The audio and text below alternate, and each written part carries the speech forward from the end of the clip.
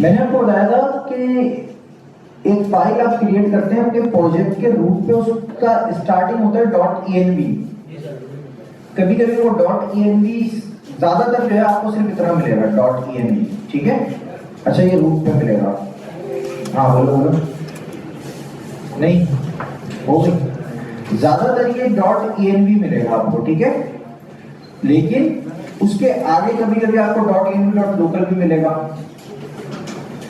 तो लोकल इसका मतलब सिर्फ इतना है कि ये जो आप वेरिएबल डिफाइन कर रहे हो लोकल डेवलपमेंट में यूज हो रहे हैं, ड्यूरिंग डेवलपमेंट आप इसको यूज कर रहे हो, ठीक है। तो जब आप क्लाउड पे या कहीं पर प्रोडक्शन में डिप्लॉय करोगे तो मोस्ट प्रोबब्ली उस वक्त आपको .env वाली फाइल ही चाहिए होगी, ये बात ध्यान में रखें।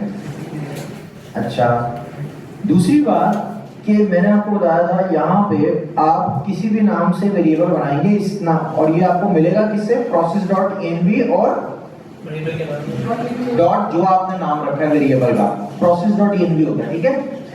अच्छा, जो प्रोजेक्ट नॉर्मली आप क्रिएट करते हैं उसमें आपको इन वेरिएबल को लोड करवाना पड़ता है। .env की एक लाइब्रेरी है, उसकी मदद से मैंने आपको नीचे सर्च करके भी दिखाया था। .env नाम से एक लाइब्रेरी है, इसमें इसकी मदद से नॉर्मली लोड करवाए जाते हैं वेरिएबल, उसके बाद यूज किया जाता है process.env या जो भी आप यूज कर रहे हैं।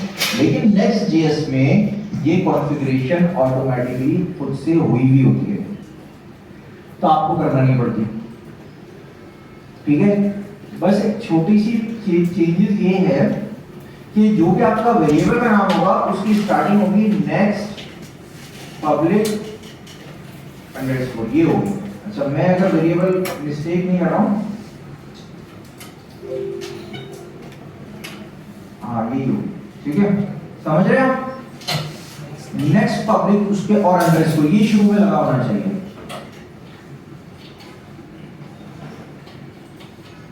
हाँ, अगर आप अपनी कॉन्फ़िगरेशन से लोड करेंगे तो आप भले जो भी नाम रख लीजिए, कोई मसला नहीं है, क्योंकि वो आप खुद लोड कर रहे हैं तो लोड हो जाएगा, सही है। तो आपको कोई और नाम रखना है, मिसाल के तौर पे डेटाबेस का यूआरएल बनाना है तो आप उसका नाम क्या रखोगे, next_public_db URL या जो भी आपको रखना है, डेटाबेस URL, ठीक है। रीड किस, हाँ नहीं कैपिटल स्मॉल का चक्कर नहीं है, मैंने दे दिया ऐसे, क्या रखना है, बस ये प्रीफिक्स होना चाहिए। क्यों? क्योंकि Next.js इस प्रीफिक्स को डिटेक्ट करेगी कि ये हमारा वेरिएबल है, हमारे काम की चीज है, इसको लोड कर लो, ब्राउज़र पे इसको एक्सपोज कर देगी, तो अब आप इसको यूज कर सकते हैं। अभी मैं आपको थोड़ी देर में कॉन्फ़िगरेशन भी चला के भी दिखाऊंगा। जब आप process.env चेक करेंगे तो कुछ भी नहीं मिलेगा, लेकिन जब आप वेरिएबल का नाम लेंगे तो मिल जाएगा। वो कैसे मिल रहा है, असल में ब्राउज़र से वो लोड हो रही है वो इन्फॉर्मेशन, किसकी वजह से, नेक्स्ट पब्लिक के प्रीफिक्स के लिए। हाँ, अगर आपने खुद से अपना .env वाली लाइब्रेरी से वेरिएबल लोड कराए, फिर आप जो भी नाम रखते हैं पहले प्रीफिक्स नहीं करते हैं, फिर आप क्यों सरकार करते हैं। एक चीज हमें बनी बनाई मिल रही है, हम वो यूज करें, ठीक है। तो आइए मैं, अच्छा सबसे पहले अब आप क्या करेंगे, जो भी आपका Next.js का प्रोजेक्ट होगा उसको बनाने के बाद सबसे पहले एक .env लोकल या .env की फाइल बनाएंगे। ये बनी भी नहीं मिलती आपको, और GitHub पे भी नहीं मिलती, ना तो ये GitHub पे मिलती है, ना ये जब आप नया प्रोजेक्ट बनाते हैं उसमें मिलती है। इनफैक्ट किसी प्रोडक्शन का भी कोड करेंगे वहां पे भी नहीं मिलेगी, ये आपको बनानी पड़ती है .env करके, और ये हिडन होती है। यहाँ पे तो ये शो हो रही है, बट मैं लिनक्स यूज करता हूँ, वहाँ पे ये शो नहीं होती, हिडन होती है। शायद विंडोज में इन्होंने इसकी कॉन्फ़िगरेशन थोड़ी डिफरेंट रखी है। अरे बेटा अच्छा अच्छा, बस बस बस बस, कुछ नहीं हुआ, चूड़ी बढ़ गई छोटा बच्चा बेटा तो ऐसे बोलता है, चूड़ी बढ़ गई, कुछ नहीं हुआ। अच्छा जी, तो ये हमारा वेरिएबल की फाइल आपको बनानी पड़ेगी। अब इसके अंदर की जो इंफॉर्मेशन है वो क्या क्या है, तो आपको पता है क्या क्या है, गूगल से जाकर के देख के भी आप बना लोगे। मिसाल के तौर पे मैंने अपना फायरबेस लॉगिन किया हुआ है, उस पर भी थोड़ी देर में आते हैं, तो वहां से देख देख के आप लिख लोगे। लेकिन जब आप अपना कोड प्रोडक्शन में डालोगे तो एक नए डेवलपर को कैसे पता चलेगा क्या क्या वेरिएबल बनाने हैं उसको? फाइल तो चलो उसने बना ली .env.local की। तो आप हमेशा एक प्रैक्टिस रखते हैं कि आप एक फाइल बनाते हैं .env.example। ये जो .env.example ये गिटहब पे जाती है, ये वाली तो नहीं जाती, .env वाली तो नहीं जाती, लेकिन ये गिटहब पे आप पुश करते हैं डेलिबरेटली खुद से। और यहाँ पे आप अपने सारे वेरिएबल के नाम लिख देते हैं, वैल्यू नहीं लिखेंगे डायरेक्ट, अपना फायदा क्या है। कोई और चाहिए तो वो भी लिख दोगे, नेक्स्ट पब्लिक db कुछ और है तो फॉर एग्जांपल पोर्ट, कुछ और है तो फॉर एग्जांपल होस्टिंग, ठीक है। तो जो भी सीक्रेट इंफॉर्मेशन है, गूगल का ऑथ है तो गूगल ऑथ क्लाइंट, ठीक है। जो भी वेरिएबल है वो आप यहाँ वैल्यू पे बना देते हो और इसको गिटहब पे दे देते हो। तो अब जब नया डेवलपर आएगा उसको पता होगा कि जो मैं .env की फाइल बनाऊंगा उसमें मैं ये सारे वेरिएबल कॉपी करके पेस्ट कर लूंगा और बारी बारी वैल्यूज इनकी सेट करूंगा। अगर मेरे पास नहीं है तो मेरा जो प्रोजेक्ट मैनेजर है या जो मेरे सीनियर्स हैं उनसे मैं बोलूंगा मुझे ये इन्फॉर्मेशन दे दें ताकि मैं प्रोजेक्ट चला सकूं। समझ गए? नया प्रोजेक्ट है, आप खुद बना रहे हैं तो वेरिएबल खुद बना लोगे, कोई मसला नहीं है। लेकिन एग्जिस्टिंग प्रोजेक्ट में तो नहीं पता होगा आपको क्या क्या वेरिएबल है। सिर्फ फायरबेस के वेरिएबल थोड़ी होते हैं, बहुत सारे होते हैं।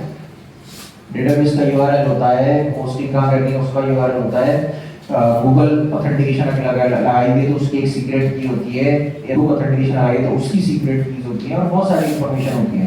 लॉगिन करने के बाद आपने उसके प्रोजेक्ट क्रिएट कर लिया या तो प्रोजेक्ट क्रिएट कर लिया या तो एग्जिस्टिंग प्रोजेक्ट में उसके कंसोल पे चले गए, ठीक है।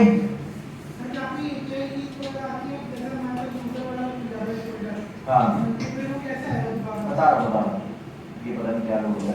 अच्छा ये प्रोजेक्ट ओवरव्यू है ना, यहाँ से आएगा। यहाँ पे जब आप जाओगे अगर कोई ऐप नहीं बनी हुई या तो ये आ गई ना वन ऐप, अगर नहीं बनी हुई तो यहाँ पे ऑप्शन आ रहा होगा, उस पे सेलेक्ट करेंगे। अदरवाइज मैं आपको दिखा देता हूँ, ऐड ऐप पे जाएंगे तो ये जो ये वाला आइकन आ रहा है ना, ये वेब का HTML टाइप की चीज है ना। हाँ मैंने आपको बताया था जैसे फूड पांडा की ऐप है, फूड पांडा का एक डेटाबेस यूज हो रहा होगा मोबाइल में भी और वही डेटाबेस वेब पे भी यूज हो रहा होगा। और अगर किसी की एंड्रॉइड आईफोन दो ऐप्स है तो दोनों को यूज हो रहा होगा। हो सकता है ऑफिस में कोई एडमिन स्टाफ बैठा होगा तो वो भी वही डेटाबेस यूज कर रहे होंगे, अलग अलग थोड़ी होगा। सही कह रहा हूँ ना मैं? बढ़ा सकते हैं जैसे मैंने आपको बताया ना, तो एक क्लाइंट के लिए हो सकती है और एक एडमिन ऑफिस स्टाफ के लिए भी हो सकती है। इसी तरह एक एंड्रॉइड हो सकता है, एक iOS हो सकता है, अलग अलग ये फ्लटर ऐप है तो बना सकते हैं जरूरत के तहत, ठीक है। तो अभी तो खैर हम नहीं बना रहे, लेकिन मैं आपको जैसे तरीका बता दिया, ऐड ऐप से आ जाएगा, हमारी एक बनी हुई है तो उसी पे चले जाएंगे। अदरवाइज आप यहाँ से प्रोजेक्ट सेटिंग में जा सकते हो, ठीक है। प्रोजेक्ट ओवरव्यू, ये पहली दफा में वन ऐप नहीं लिखा हुआ आ रहा होगा, पहली दफा में शायद सिर्फ यही आ रहा होगा, ठीक है। तो वहां से आप वेब वाले को सेलेक्ट करोगे क्योंकि अभी हम सिर्फ वेब पर ही काम कर रहे हैं। फिर यहाँ पे जो भी आपका नाम है वो आप रेलेवेंट नाम लिखोगे। मेरे पास एक बना हुआ है तो मैं प्रोजेक्ट सेटिंग में जाता हूँ। यहाँ ये बड़े काम की इंफॉर्मेशन है, ये आपने किसी को देनी नहीं होगी, अगर कहीं पे यूज करनी होगी तो .env में लिखेंगे, ठीक है। तो यहाँ मेरे पास सारी चीज मौजूद है, मैं कॉपी कर रहा हूँ और अपनी सहूलत के लिए सबसे कॉपी करके फिर मैं नाम चेंज करूंगा सारे बारी बारी। जैसे मुझे सबके शुरू में क्या चाहिए, नेक्स्ट पब्लिक चाहिए सबके शुरू में और कॉलन की जगह इक्वल चाहिए, यही करना है बेटा, मैं सही कर रहा हूँ। और यहाँ पे क्या चाहिए, ऐसा मैंने क्यों किया है, डायरेक्ट मैं कॉन्फिग पे लोड क्यों नहीं करा रहा, ताकि ये इंफॉर्मेशन लोकली सिस्टम पे रहे, गिटहब पे ना चली जाए और ताकि ये एक्सपोज ना हो जाए यूजर को, ठीक है। यूजर को एक्सपोज हो गई तो देखो बहुत सी चीजें कंसोल से जाके की जा सकती हैं, पूरी जावास्क्रिप्ट चल जाती है ना कंसोल पे। तो जब जावास्क्रिप्ट ही चला दिया आपने कंसोल पे तो वो तो लोड कर लेगा ये सारी इंफॉर्मेशन। लेकिन जब आप इस तरीके से env से लोड करते हैं तो वो ब्राउजर पे यूजर उसको अब्यूज नहीं कर सकता। समझ रहे हैं हम बात को? नहीं समझे? थोड़ी बहुत समझ आई या बिल्कुल ही समझ नहीं आई? काम की चीज क्या है कि ये आपको लाजमी नेक्स्ट पब्लिक रखना पड़ेगा। शुरू में प्रीफिक्स, अगर आप Next.js की इंफॉर्मेशन यूज करें। तो आइए बारी बारी इन इंफॉर्मेशन को मैं अपनी फायरबेस कॉन्फ़िग में लगा लेता हूँ। Sorry, Firebase config variable load करना, जैसे कि env के वेरिएबल बनाए ना मैंने सारे, तो इसको अपनी फाइल में लोड करना होगा। ये कैसे यूज करूंगा? इंपोर्ट तो मैं कहीं करा नहीं दूँ, मैंने कहीं पे ये process.env.next पब्लिक API है, ये एक ऑब्जेक्ट होगा, लग तो नहीं रहा नाम से, तो कहाँ मैंने इंपोर्ट किया? ये वेरिएबल कहाँ डिक्लेयर किया? तो इस फाइल में तो नहीं है ना, इस फाइल में नहीं है। जावास्क्रिप्ट में तो या तो इंपोर्ट होगा तो मिलेगा, या फिर यही डिक्लेयर होना चाहिए। तो इस वक्त ना इंपोर्ट किया है ना ही डिक्लेयर किया है, ये प्रोसेस एनवायरनमेंट से लोड हो रहा है, ये एनवायरनमेंट का वेरिएबल लोड हो रहा है जो env में है। Next.js में इसने खुद ही कॉन्फ़िगरेशन करके दे दी है, तो हमें मेहनत नहीं करनी पड़ेगी। ये प्रीफिक्स है, जो भी नाम रखना है उससे पहले ये लगाना है। तो Next.js समझ जाएगा कि ये हमारे काम की चीज है, ये स्पेशल जात पात वाले लोग हैं, इनको स्पेशल प्रोटोकॉल देना है, इनको लोड कर दो। दूसरा वेरिएबल कोई होगा तो वो लोड नहीं करेगा, क्लाइंट साइड पर, सर्वर साइड का कंपोनेंट होगा तो उस पर कर लेगा। नहीं है, एग्जैक्टली यही बता रहा हूँ मैं। हाँ, अभी मैं कर्सर करा के दिखाता हूँ थोड़ी देर में, ठीक है? पहले इसको करेक्ट कर लेते हैं। API की आ गई, और डोमेन आ गया, प्रोजेक्ट आईडी आ गई, और क्या है, स्टोरेज बकेट है, और क्या है भाई, मैसेंजर सेंडर आईडी है, और आखिर में क्या है, ऐप आईडी। ठीक है, मैं अभी 2 मिनट में, पहले आप लोग अपने प्रोजेक्ट रेडी कर लो, process.env को कंसोल भी करा के दिखाऊंगा। आपने क्या करना है, अभी अपना फायरबेस का प्रोजेक्ट ओपन करना है, ठीक है? उसमें आपका अगर नहीं आ रहा तो आप वेब क्रिएट कर लीजिए, कोई बात नहीं, घर पे अगर नहीं हो सका तो अभी कर लीजिए। अभी लैब में आप आए इसलिए हैं कि आप बनाए, तो आपने भी खुद बनाना है। वेब पे प्रोजेक्ट क्रिएट करने के बाद ये सारे इसी तरह env में जाके आपको पेस्ट करना है, ठीक है? मैं env एग्जाम्पल एक बना देता हूँ और वो आपको एयर फॉर शेयर पे दे देता हूँ। जाहिर मैं अपनी API नहीं दूंगा आपको, वरना एक ही डेटाबेस पे सब कनेक्ट हो जाओगे, सही है ना?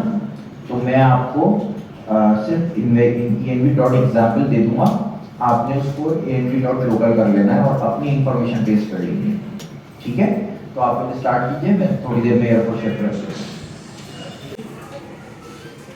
यहाँ पे, या ये सोर्स है यहाँ पे कहीं पे एक्सपोज हो गया, ठीक है?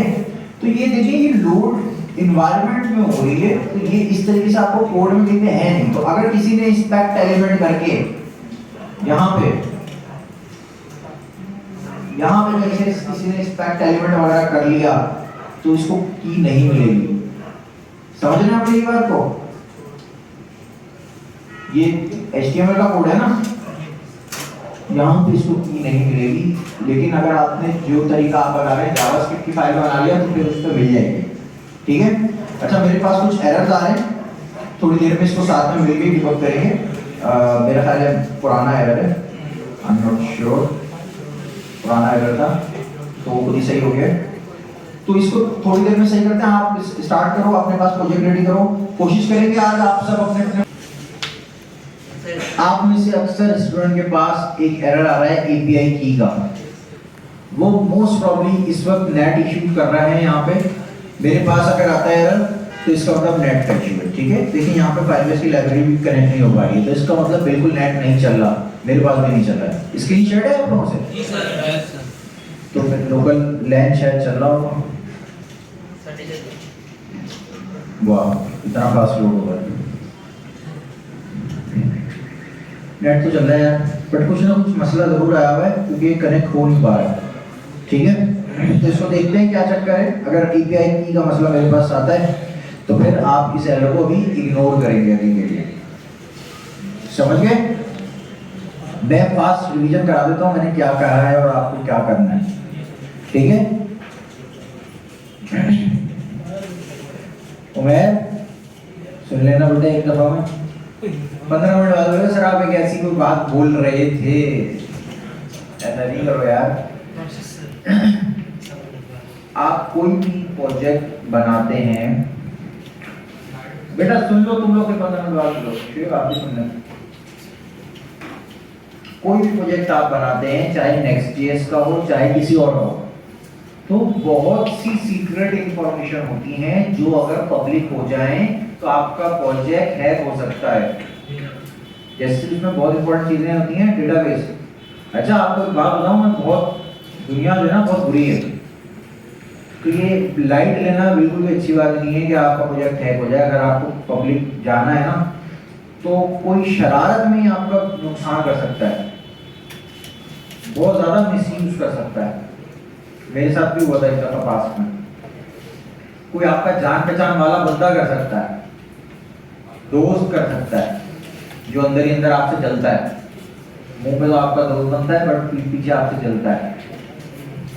तो ये इसीलिए आप देखिए, मजाक की बात नहीं है, आप बिजनेस कर रहे हो, आपने वेबसाइट लाइव की, आपने पैसा लगाया, आपके दोस्त को की मिल गई, उसने शरारत में आके उल्टी सीधी तस्वीरें लगा दी, बैठे बैठे बैठे उसका तो मजाक हो गया, आपका तो बिजनेस खराब हो गया, दुकान पे फर्क पड़ रहा है। कस्टमर जो एक बार चर्न होकर चला गया वो दोबारा थोड़ी आएगा। उसको पता है इसकी वेबसाइट इमेच्योर है, डेटा भी लीक हो सकता है, उसको डर लगेगा यार कि जब इसको अपनी वेबसाइट की बेसिक की हिफाजत नहीं हो रही। तो हम 100% तो कोई भी चीज सिक्योर नहीं कर सकते, लेकिन हम बेस्ट प्रैक्टिसेस को जरूर फॉलो कर सकते हैं। तो कोई भी सीक्रेट इंफॉर्मेशन आप अपने गिटहब पे पब्लिक नहीं करते, चाहे वो आपकी रेपो प्राइवेट हो, चाहे आपकी रेपो प्राइवेट ही क्यों ना हो, लेकिन कोई भी की या कोई भी सीक्रेट इंफॉर्मेशन आप गिटहब पे नहीं रखते। तो सीक्रेट इंफॉर्मेशन आपके पास कहीं पे लिखी भी होती है, नोटपैड पे या कहीं पे प्राइवेट गूगल ड्राइव पे, कहीं ना कहीं पे आपने लिखी होती है। नहीं भी लिखी होती तो बार बार आप उठा लेते हो जहाँ से चाहिए होता है, जैसे कि फायरबेस से आप मैं यहाँ से उठा रहा हूँ, समझ रहे हैं आप? मतलब अगर कहीं नहीं भी लिखी हुई तो मैं यहाँ से उठा लूंगा। अब सेट कैसे करना है? .env की फाइल बनती है, अब उसके आगे .env.local लिख लें, .env. सिर्फ .env रहने दें, या .env.production रख लें। लोकल का मतलब है अभी डेवलपमेंट लोकल ही चल रही है बस, और कोई मतलब नहीं है इसका, ठीक है। इसके अंदर जो भी वेरिएबल आप बनाएंगे, मैंने आपको बताया कोई भी नाम आप रख सकते हैं, यूजर नेम भी रख सकते हैं, कोई भी वेरिएबल का नाम रख सकते हैं। लेकिन नेक्स्ट.js जब आप यूज कर रहे हैं और इसकी बिल्ट-इन कॉन्फ़िगरेशन आप यूज कर रहे हैं, तो उस वेरिएबल के नाम से पहले next_public_, अब आप जो नाम रखेंगे वो रीड हो सकता है। शेयर सुन रहे हैं ना सभी? सही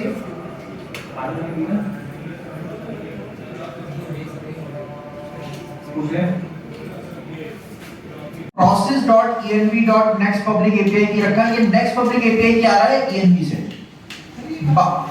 जी बेटा बता रहा हूँ। देखो process.env को कंसोल कराएंगे तो अभी हमें शायद एक ऑब्जेक्ट मिलेगा।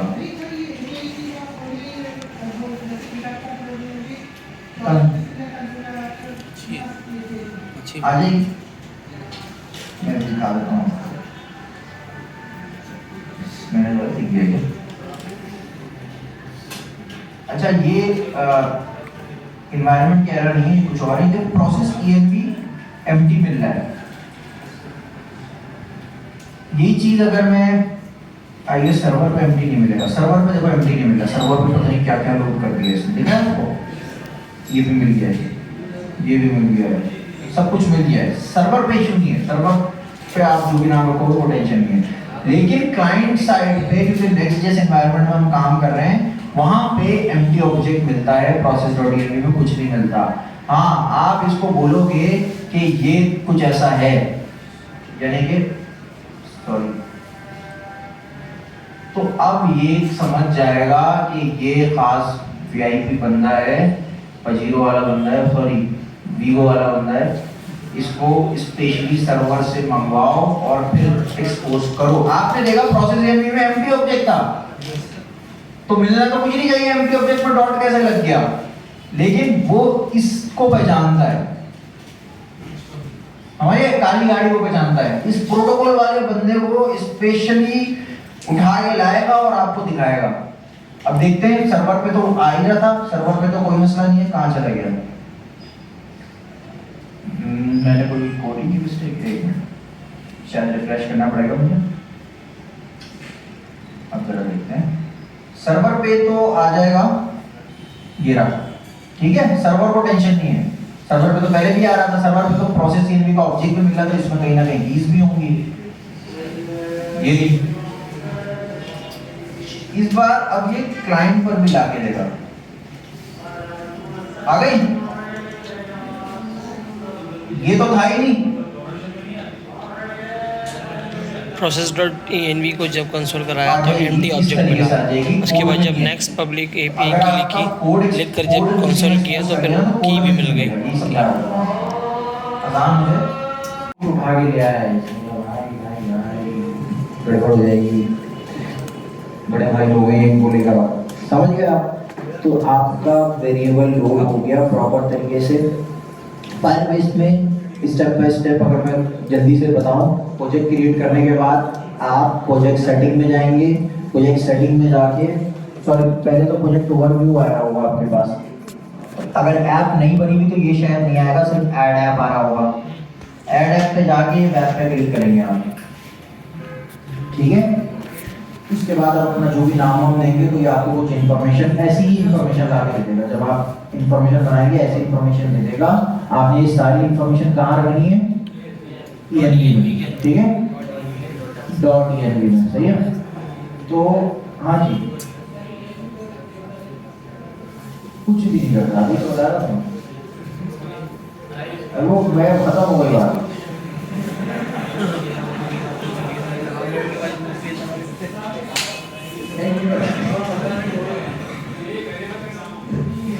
देखो मैंने क्या बताया था कि एग्जाम्पल एक बार और बता देते हैं, उमैर की खातिर एक बार और बता देते हैं, पूरी क्लास को पता लग जाएगा। मुझे पता, मुझे लग रहा है उमैर ने तो सवाल किए, बहुत से बच्चों को भी नहीं पता ये क्या करती है। देखो बेटा, मैंने आपको बताया env.local हमारे पास एक फाइल है, ठीक है, ये तो आप बनाते हो, ठीक है। गिटहब से आपने फाइल उठाई, क्लोन किया प्रोजेक्ट, आपने यहाँ पे आके .env की एक फाइल बना ली, समझ रहे? बना, सॉरी एग्जाम्पल नहीं, लोकल एक फाइल बना ली, तो यहाँ किस नाम से वेरिएबल बनाओगे? ये कैसे पता लगेगा आपको? अगर आप पहली बार प्रोजेक्ट बना रहे हो, फायरबेस से बना रहे हो, खुद ही सब कुछ बना रहे हो, तब तो कोई मसला नहीं है, आप अपनी मर्जी से जो चाहे नाम रख लो। नेक्स्ट पब्लिक हैदर, ये नाम रख दिया, मेरा दिल करता, ठीक है। लेकिन जब आप किसी और के प्रोजेक्ट पे काम करोगे तो वो तो चल रहा है, वेरिएबल तो ऑलरेडी लोड हुए हैं, इसी नाम से उठाना पड़ेगा आपको, इसी नाम से उठाना पड़ेगा। तो ये नाम कहीं पे होने चाहिए, तो वो नाम आप एग्जाम्पल में रख देते हो। यहाँ से अब बंदा क्या करेगा, कॉपी करेगा, यहाँ पे पेस्ट करेगा और फिर उनकी वैल्यू पेड़ लगा देगा। समझ गए? सिर्फ नाम ये भी नहीं है, वेरिएबल के नाम थोड़ा ताकि कोई जब क्लोन करे एग्जाम्पल वाली फाइल पे करना चलेगी, क्योंकि उसमें तो मालूमात नहीं है ना, उसमें मालूमात का सिर्फ नाम है। जैसे कि ATM पिन, बैंक में मेरे डैश पैसे हैं, डैश है खाली, डैश लगा हुआ है, डैश कहाँ पे हो रहा है, यहाँ पे हो रहा है। ये फायरबेस को उठाओगे, आप अपना प्रोजेक्ट उठाओगे, और अगर आपके पास नहीं है, आप किसी और प्रोजेक्ट पे काम करो, तो आपका प्रोजेक्ट मैनेजर आपको देगा, या जो भी आपके सीनियर है जिनका प्रोजेक्ट है वो आपको प्रोवाइड करेंगे ये इन्फॉर्मेशन बारी बारी चैट पे देना है। कहाँ पढ़ेंगे ये बोल लो, ये बोल लो, ये वाली है ना। तो देखो देखो ये उमैर का सवाल सुने, बड़ा जबरदस्त सवाल है, ठीक है। इसकी क्या जरूरत है? बंदा जाएगा कॉन्फ़िग से जाकर उठा लेगा, एक एक करके कॉपी करके लाएगा, पेस्ट करेगा ना भाई, तो करना तो फिर कैसी बातें करते हो यार, मुझे ऐसी चीज जाती है यार। एक चलो ये तो चलो गिनती के 10 है, इतने नहीं होते, और भी बहुत सारे होते हैं। कहाँ ढूंढोगे? पहले तो फाइल ढूंढनी पड़ेगी कि कहाँ कौन सी फाइल है, फिर उसको जाकर ढूंढोगे ये वाला भी है, कंट्रोल शिफ्ट F कर लेना, यहाँ पे लिख देना नेक्स्ट पब्लिक। जहाँ यहाँ पे ये आएगा, ओ इतने सारे आ रहे हैं, ये कॉपी कर करके वहाँ पे लगाते जाना और बनाते जाना। तो ये आसानी के लिए होता है कि एग्जाम्पल के फाइल बना देते हैं ताकि कंट्रोल जी करे बंदा, यहाँ पे आके कंट्रोल भी करे और वैल्यू बन जाए। ये आसान है, ढूंढना आसान है, ये आसान है ना बेटा, लेकिन तुम चाहो तो ढूंढ ले। सही है बेटा, पॉसिबल है। सही है, आपकी बात ये है कि यहाँ से उठा लें तो बिल्कुल पॉसिबल है, लेकिन ये जो आपके पास नया नया कोड आएगा ना, ये तो मैंने आपके सामने फायरबेस का फोल्डर बनाया है, तो आपको पता है यहाँ पे कॉन्फ़िग का फोल्डर है, यहाँ से उठा लेंगे। लेकिन एक अननोन फोल्डर, अननोन प्रोजेक्ट है आपके सामने, तो आपको थोड़ी पता कौन सी फाइलों में जाना है या वेरिएबल किन फाइलों में लोड किया हुआ है ना? तो आप कहाँ एक एक करके फाइल उठिए। बेटा ये छोटा सा एक प्रोजेक्ट है, मैं आपको अगर अपना एक प्रोजेक्ट दिखाऊं ना, आपका सर में दर्द हो जाएगा। बहुत बड़ी बड़े प्रोजेक्ट्स, बहुत ज्यादा चीजें होती हैं एक प्रोजेक्ट में।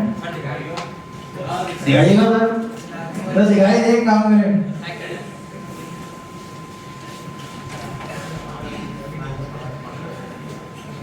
जी सर, नमाज पढ़ने चलते हैं 2 मिनट में। मैं जरा प्रोजेक्ट दिखा दूं, अपनी काबिलियत दिखा दूं, थोड़ी सी डाउट होता है बच्चों को, उसके बाद ये वाली टीवी देख के तो बहुत कुछ होता है। पढ़ लिए?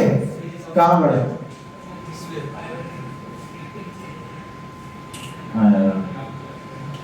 तो बेटा ये देखो, ये प्रोजेक्ट है, ठीक है, और ये लाइब्रेरी है, मैं ही काम कर रहा हूँ उस पर। ये एक लाइब्रेरी है, तो इसमें ENV नहीं है, इसमें ENV लोड जरूर हुई है।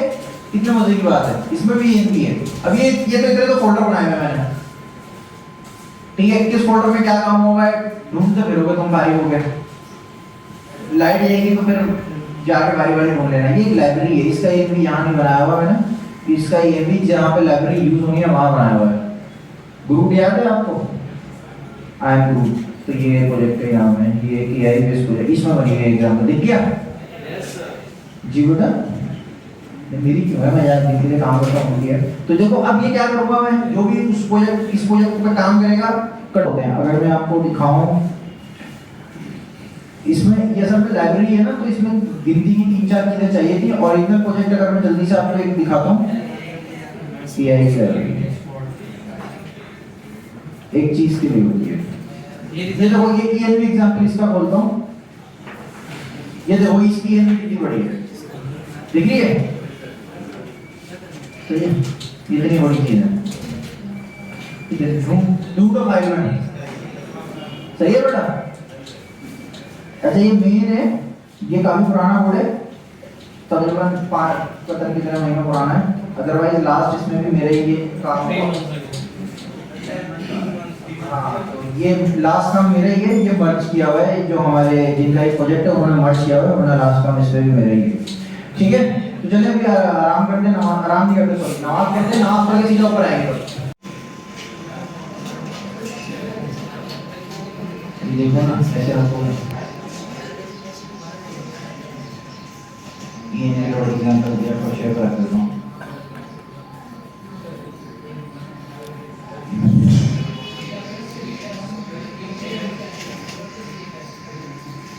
वो API तो सर्वर से ही आती है ना,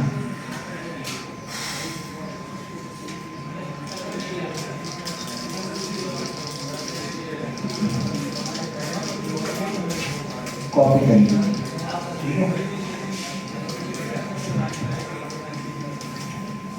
क्या रहेगा सेटअप ईज लगाना है? हाँ लगेगा, पहले दफा तो प्रोजेक्ट सेटअप करना थोड़ा सा टाइम लेता है। Next.js और Nest.js दो चीजें हैं। Nest ब्रैकेट Next.js कभी क्यों बनाते हैं? APIs आप को लिखी जाती है, वो Nest.js में लिखी जाती है। बहुत सारी चीज़ों में किया था, सॉरी हम इस प्रोजेक्ट पे नहीं कर रहे हैं। इस पे फ्रंट एंड लिखोगे ना।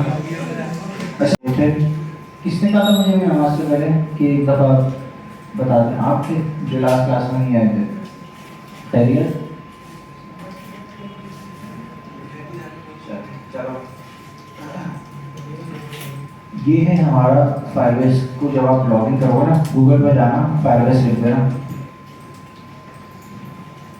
फायरबेस लिख के एंटर करोगे, ये कुछ बताएगा, बहुत सारी चीज़ें बताएगा, आप चले जाना जो आपको अच्छा नहीं लगे, खूबसूरत सा लगे, फिर जाके लॉगिन करना पड़ेगा आपको। मेरा लॉगिन हुआ हुआ है, यहाँ ले आया है।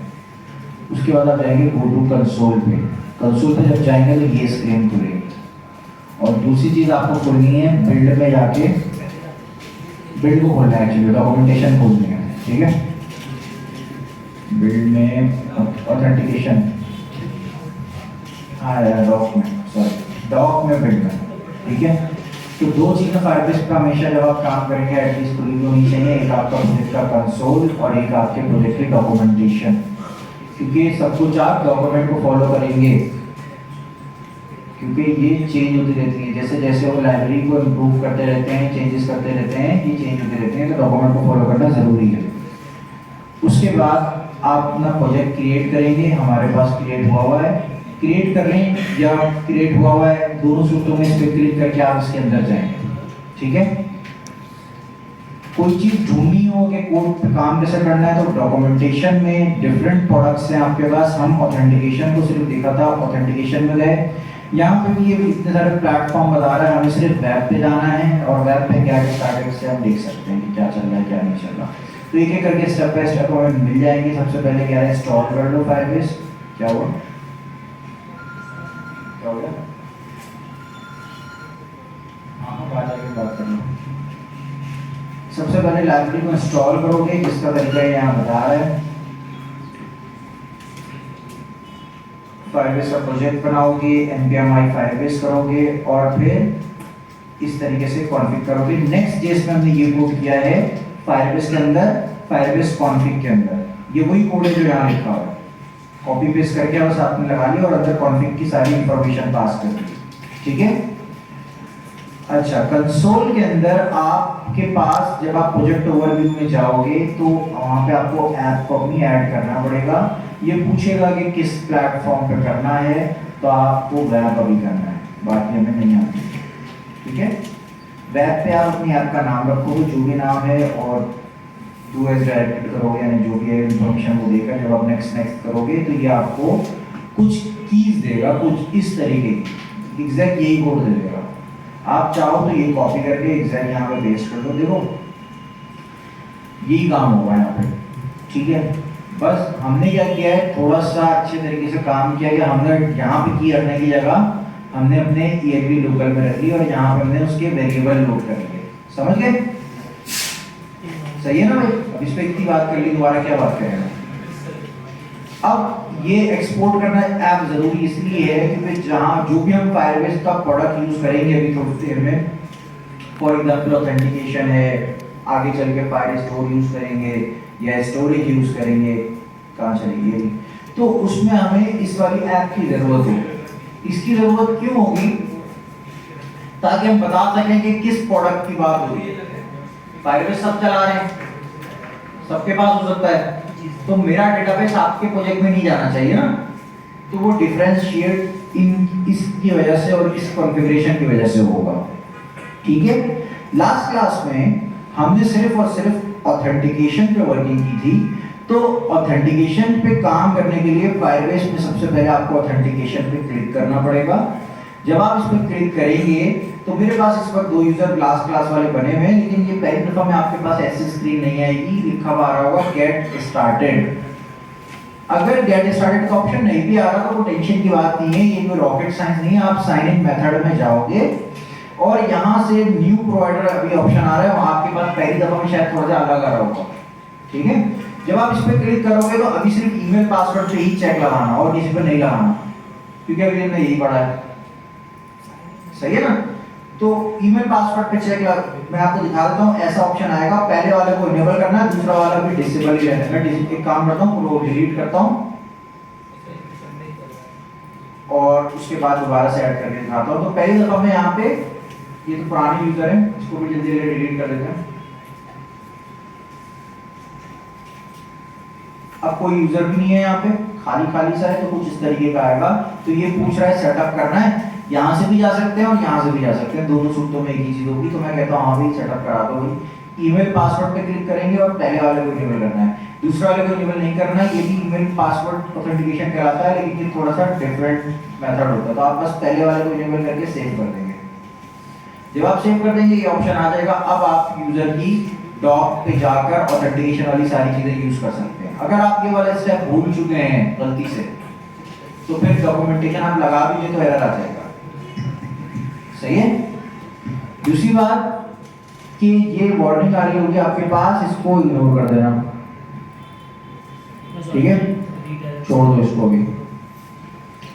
ये वार्निंग है तो ये भी आपको परेशान नहीं करेगी मोस्ट प्रॉब्ली। अच्छा, उसके बाद पैनाडोल खा लेना, सही है, पेन से जाएगी परेशान। अच्छा देखो, फायरबेस में जब काम करते हैं आप, तो यही वाला कोड सारा वेब का यूज होगा जो डॉक में लिखा हुआ है। लेकिन इसको मैनेज कैसे करना है, कौन सा कोड कहाँ रखना है, इससे आपकी कोड की क्वालिटी इंप्रूव होती है। आप चाहें तो एक ही फाइल बनाएं फायरबेस की, कॉन्फ़िग की, और सारा कोड यहीं कर दें। लेकिन आप ऐसा नहीं करना चाहोगे। फायरबेस कॉन्फ़िग मतलब फायरबेस यहीं इनिशियलाइजेशन हो रही है बस। फायरबेस ऑथ यानी कि ऑथ वाले सारे काम हमें इस फाइल में करने हैं। अगर फायरबेस डेटाबेस होगा तो एक फाइल आप और बनाओगे, फायरबेस firestore.ts। इसमें आप डेटाबेस वाले, फायरस्टोर फायरबेस का डेटाबेस है, तो उसमें डेटाबेस वाली सारी चीजें करोगे। समझ रहे हैं आप मैं क्या कहना चाह रहा हूँ, ठीक है ना। तो अच्छा, अभी तो हम इसको यूज नहीं कर रहे, अभी तो हम इसके बारे में कुछ भी नहीं पता, तो इसको डिलीट करते हैं। ऑथ में आते हैं। मैंने आपको कहा कि इस ऐप की आपको जरूरत पड़ने वाली है, तो सबसे पहले तो आप इसको इंपोर्ट करा लोगे, ठीक है। उसके बाद ये गेट ऑथ फायरबेस ऑथ से आ रहा है, ये काम की चीज है आपकी। डेटाबेस होगा तो गेट डीबी होगा, उसको गेट फायरस्टोर होगा, तो वो चेंज हो जाएगा थोड़ा सा। तो वहां पे भी आप ऐप ही इसी तरह पास करोगे। जब वो करेंगे तो देखेंगे। अभी हमने गेट ऑथ में ऐप पास किया और ऑथ यहाँ में मिल गया, तो इसको यूज करना है हमने। जी क्या पूछ रहे हो बेटा? ये डॉट स्लैश करके आगे में फाइलबेस कॉन्फ़िगर लिखा हुआ है, हाँ, जैसे फाइलबेस लिखा हुआ है ना, एलियस है ना ये, आपने एलियस नहीं लगाया होगा, तो आप डिलीट करो ऐसे। उसके बाद ये आपको यहाँ पे रेड लाइन देगा, यहाँ पे क्विक फिक्स में जाके ऐड इंपोर्ट कर लो। आपका ऐसे आ रहा है, कहाँ चला गया ये, तो कोई मसला नहीं, ये भी सही है। अगर ये पाथ सही है ना, आप इस पर क्लिक करके जाके चेक कर लो, तो पाथ सही है तो कोई मसला नहीं होगा, ठीक है। तो ये अब कैसा मैंने किया हुआ। हाँ जी,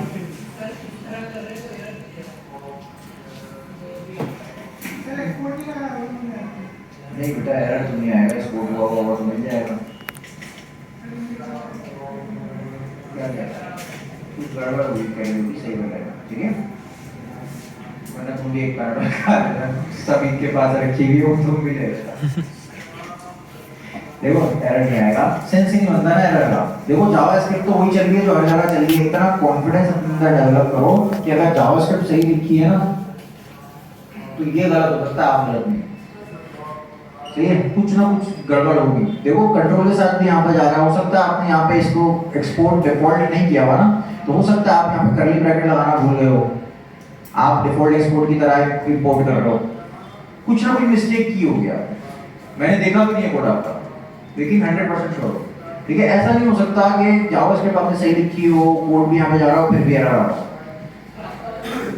तो मैं मेरे कोड में कोई मिस्टेक हो गई होगी कॉपी पेस्ट करने में, और मैं भी मिस्टेक कर सकता हूँ, लेकिन ये भी वही कोड है जो अभी चल रहा है, सही है।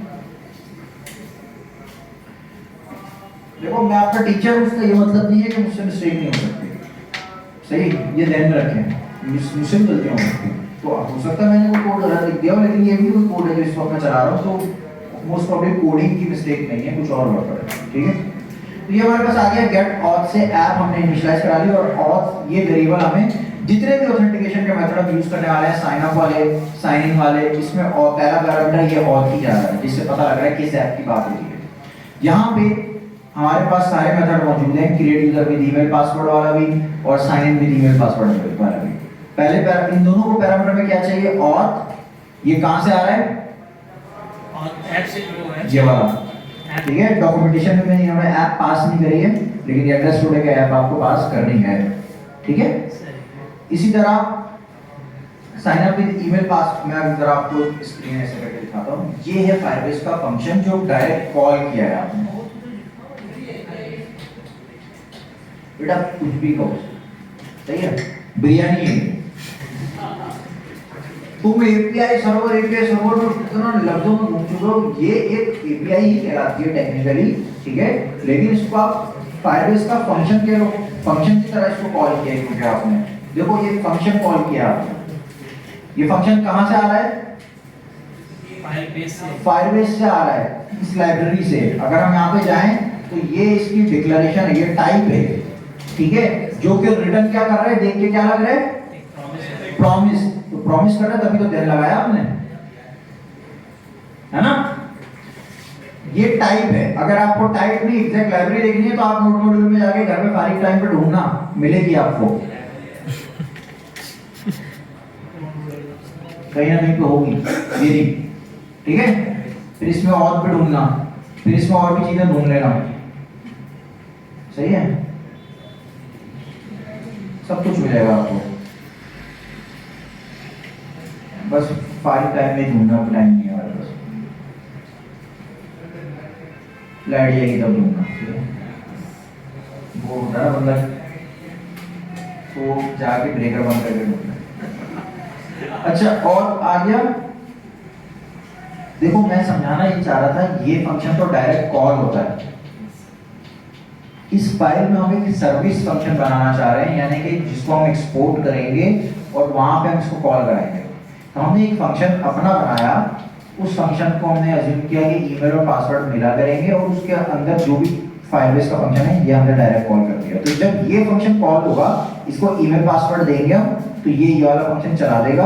अगर यूजर मिल गया तो ये चलाएगा, अगर नहीं मिला, एरर आ गया, तो ये चला देगा, ठीक है। इसी तरह साइन इन का काम भी हमने यहाँ पे किया था लास्ट क्लास में, कि अपना एक फंक्शन बनाया था जिसको ईमेल पासवर्ड पास किया था, उसके अंदर फायरबेस का फंक्शन कॉल किया था, और ये वही वाला ऑथ है जो ऊपर गेट ऑथ कॉल किया हुआ है, ठीक है।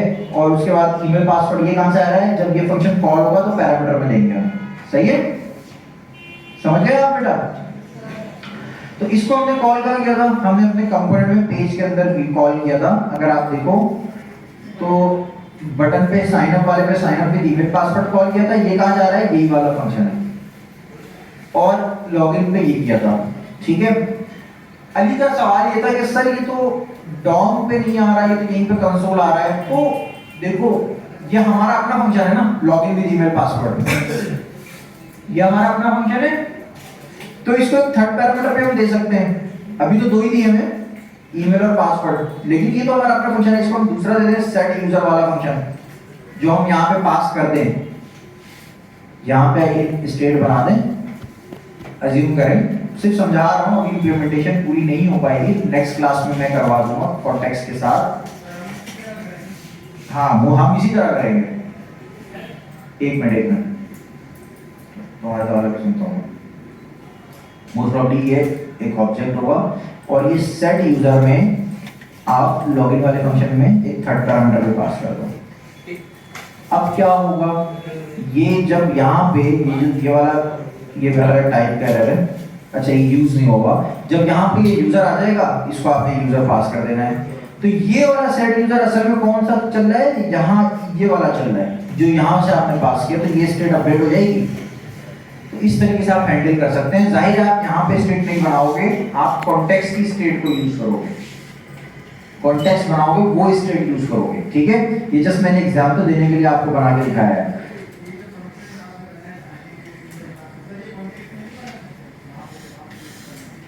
ये एक सर्विस है, सर्विस फंक्शन है, कॉन्टेक्स्ट का हिस्सा नहीं है। डे कॉन्टेक्स्ट में आप जब ये कॉन्टेक्स्ट का हिस्सा नहीं है, ठीक है। वहाँ फंक्शन भी कभी कभी बनाना पड़ता है आपको जरूरत के हिसाब से, लेकिन अभी ये स्टेट ये उसका हिस्सा नहीं है, ये अलग से, ठीक है। उमर आप क्या क्वेश्चन पूछ रहे थे? ठीक है,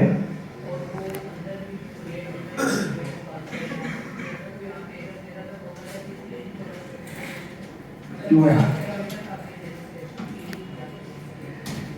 ये create user with email password किसने बनाया है? ये तो फाइल हमने ये वाला फंक्शन बनाया है, सही है। और हम यहाँ पे जो चाहे देते हैं यूजर नेम और कुछ रख देना रोल नंबर, तो ये रिसीव कर लेगा। लेकिन जो फायरबेस का फंक्शन है ना, जो हमने नहीं बनाया, तो वो जितने फंक्शन जितने पैरामीटर वो बोल रहे उतने ही देने पड़ेंगे। तो यहाँ आके चेक कर लो, 3 पैरामीटर इसको चाहिए, ऑथ चाहिए, ईमेल चाहिए और पासवर्ड चाहिए, तीसरी कोई चीज़ नहीं चाहिए। हाँ देना होगा तो कैसे देंगे उसकी टेक्निक अलग है। ये यहाँ पे यूनिक देखो, अभी वो वहाँ तक तो हम पहुँचे ही नहीं है, अभी तो हमारा ईमेल पासवर्ड से लॉगिन नहीं हो रहा। एक मिनट बात समझ रहे हैं मैं क्या कह रहा हूँ?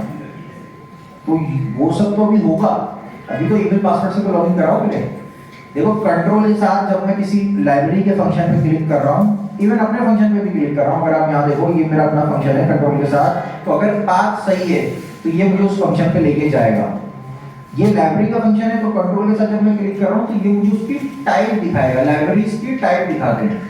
तो ये टाइप इसमें दिखाई है कि टाइप मतलब ये बता रहा है कि इस नाम का एक फंक्शन है जिसको पैरामीटर में 3 चीजें चाहिए, ईमेल पासवर्ड तो स्ट्रिंग है, ऑथ में क्या है, एक ऑथ का ऑब्जेक्ट है। अब ये भी अगर आपको देखना हो कि इसमें क्या क्या, और रिटर्न ये क्या कर रहा है, प्रॉमिस, जिसमें क्या आएगा, यूजर क्रेडेंशियल, ये टाइप है, टाइप स्क्रिप्ट की, ठीक है। ऑथ देखना है आपको तो यहाँ पे आप देख सकते हो, ऑथ में ये सब चीजें होंगी, नहीं समझ में आ रहा आपको, ठीक है। इसी तरह आपको यूजर क्रेडेंशियल देखना है, उस पर क्लिक करोगे तो ये उसकी सारी चीजें आ गई, यूजर, प्रोवाइडर आईडी और एंड XYZ, ठीक है। टाइप है ना, टाइप स्क्रिप्ट में आप टाइप बनाते हो, तो ये वो टाइप है।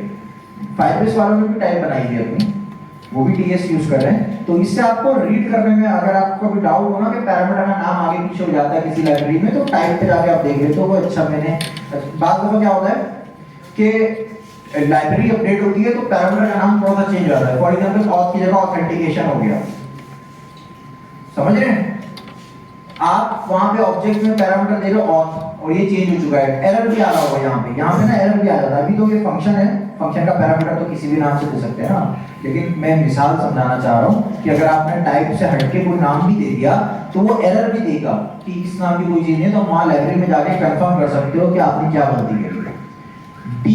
D.TS का मतलब होता है D फॉर डेफिनेशन, ऑथ की डेफिनेशन की टाइप स्क्रिप्ट है, यानी इसमें सिर्फ टाइप और कुछ नहीं, ठीक है। आप नहीं बनाओगे ऐसे, आपको तो जिस तरीके से मैंने बताया वैसे ही बनाओगे, ठीक है। चलिए आज की क्लास को हम एंड करते हैं।